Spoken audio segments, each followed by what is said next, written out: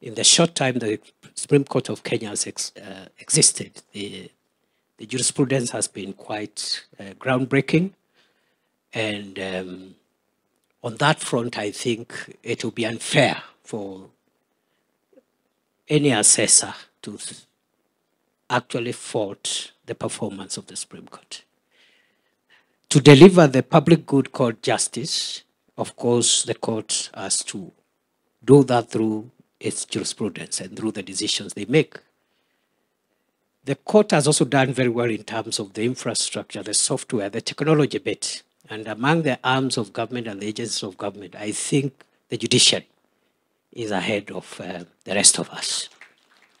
I remember my Lord Chief Justice Maraga when we were confronted with the predicament of COVID, issued certain rules, which we now call the Maraga rules, practice rules, which actually made justice, faster, more efficient, more convenient, even if we were all locked down by this public health emergency called COVID.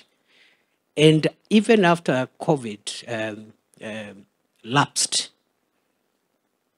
it appears that the way of the future in the administration of justice will be through the virtual courts and making sure we spend little time or as less time as possible in physical engagements in courtrooms. So again, on the issue of technology and the software for delivering the jurisprudence or delivering justice, the Supreme Court has done a good job.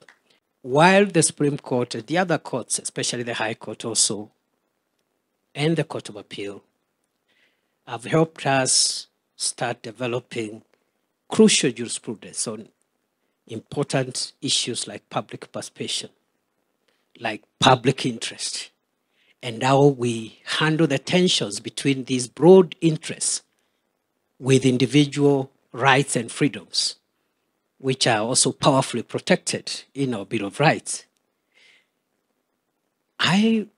As a student of law, I'll be interested to, going forward, hear or learn what the Supreme Court and the other superior courts will tell us about, beyond public interest, whether there are other higher interests.